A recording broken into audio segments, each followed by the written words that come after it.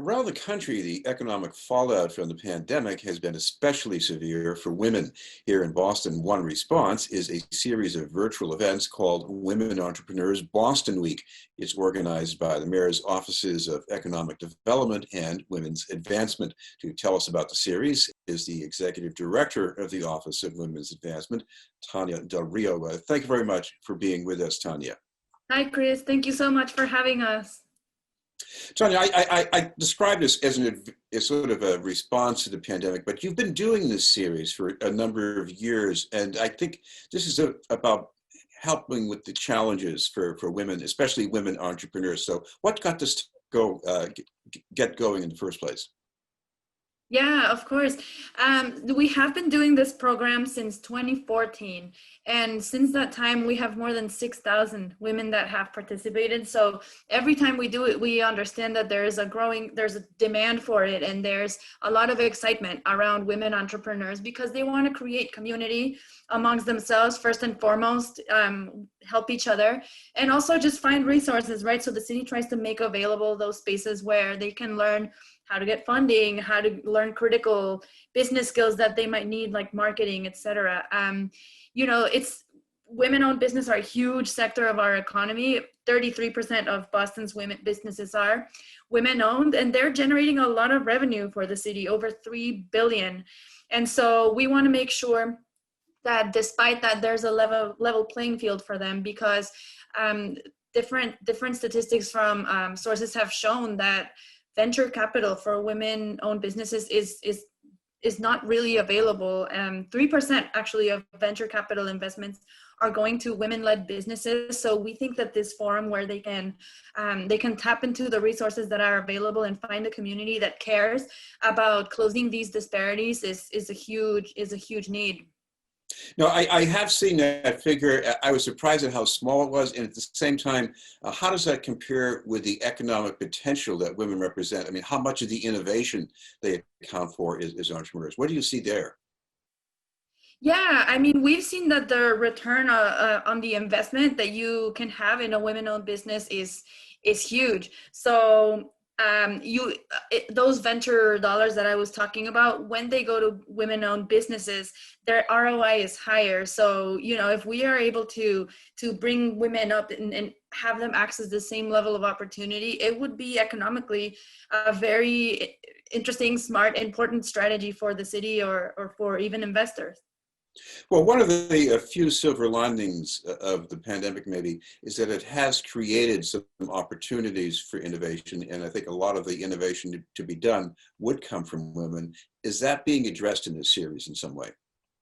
Yeah, I mean, just like many of our other programs, be it our salary negotiation workshops, our childcare entrepreneur fund workshops, a lot of what we do in women's advancement and the same with economic development department in the city that is collaborating with us on this, we've just had to pivot online. And we've had a great response because, there is a lot of awkwardness in Zoom and whatever it is, but there's also advantages, right? People don't have to drive anywhere. The room doesn't have a physical capacity, so more people can join a program.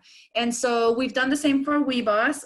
We are having all of our events online, and so far we've had a great response. I mean, we're having 3 or 4 events per day. We start on Monday and the last day is tomorrow. And, people are being able to, we're creative, right? We can build community, we can share resources over Zoom if we have to, and that's what we have done.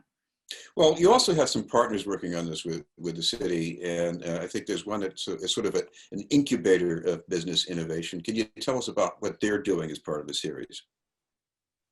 Sure. We actually do WeBus through a number of partnerships. I wonder if you may be talking about I Fund Women, which started in 2017. And that was a platform where women can go and find resources, but also a platform where they could find funding for their ventures. So that's one of the partners. We are working with so many others. They each put on a different event. So we have events on providing legal advice. We have one tomorrow called the Top 10 Legal Mistakes Made by Women Entrepreneurs, where they will walk people through common mistakes that they could avoid.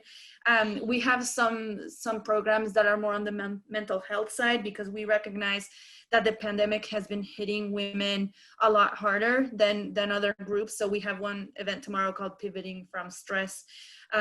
We have workshops on marketing strategies. Right now we have one going on leveraging online resources. Golden Seeds works with us every day on angel funding. So again, the range is huge, and it's trying to talk to the different needs that women entrepreneurs may have, which are vast. You mentioned mental health. I have a feeling this might stem from the disparity in overlap between entrepreneurship and taking care of the family. Is that a problem? Yes, absolutely. Because we have seen that a lot of the new caretaking burdens, both for children and for older adults or family members with disabilities, have fallen on women.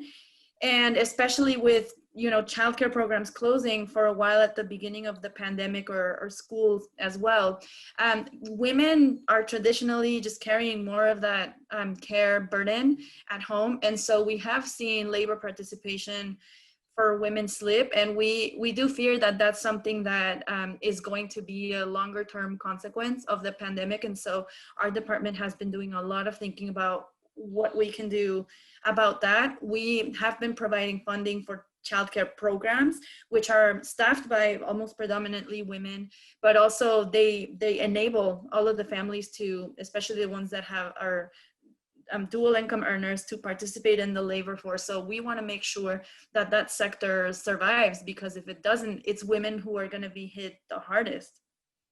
One concern that's not new or just totally about the pandemic, and that is access to city contracts for people of color and for women who own businesses.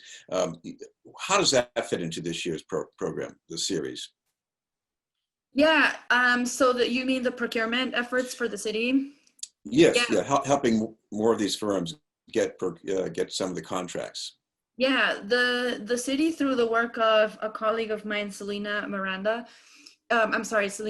Milner, has been doing tremendous work in training all of us as department heads and all of the people that are city employees in charge of procurement, in equitable procurement, in understanding how we can, for example, break larger projects into smaller pieces to give the smaller businesses a chance to participate, and how to register a lot of the minority women-owned businesses as official MWBEs with the city, so that we can start that procurement process and increase our numbers in equitable procurement. So she's been doing a phenomenal job, like I said, training all city departments on this issue and helping us be able to access lists of businesses that are minority or women owned, and hopefully this will have a huge impact, because the city, we're a large employer, and we procure a lot of goods to be able to do the services that we provide for the city. So that's a huge area.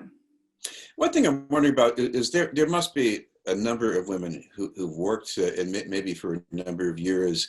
Maybe they're out of a job right now. Maybe family obligations preclude them working full time. They never thought of themselves as entrepreneurs. What would you say to them as a kind of general advice about maybe this is something you should look into? Yeah, we go through that conversation a lot with our early educators that are going through our grant program for childcare entrepreneurs. When you talk to them at the beginning of the workshop series, they can tell you, and they feel really confident about their skills as educators, right? That's their calling. They love working with the children, and they see themselves as educators. And when you ask them, well, what about the business side of things? You are a business owner, you're an entrepreneur. And, they tell you they didn't really think of themselves as entrepreneurs or business owners, even though they are. The first slide of the workshop actually doesn't have the title of the job description, but provides a job description for a CEO. And when they read it, they're like, oh, that looks like my job description. Like, that's what I do. And then the trainer will tell them, well, actually, I plucked that from a job description for a generic CEO. And that you can watch it click. They're like, oh, well, yes, I am the CEO of this business. So kind of bringing women and bringing people through that journey is very rewarding, because you see people understanding the value that they're bringing to the table and really owning their worth, and it's great. Right. We should mention, I know you have the ongoing efforts in salary renegotiation that people might want to look into, but if they want to find out about the rest of the series and other kinds of programs, is there some place they can find that online? Yeah, absolutely. So if you're a women entrepreneur and you want to participate in WeBoss Week today or tomorrow, when we finish, you would go to boston.gov/WeBoss, WEBOS. So again, boston.gov/WeBoss. And if you do want to be able to go through our it's free pay negotiation program, you would go to boston.gov/women. You can also find out about the many other programs that we have. Well, thank you very much for taking the time to talk to us. Thanks for having us, Chris. That was Tania Del Rio from the Mayor's Office of Women's Advancement. We'll have more news in just a moment.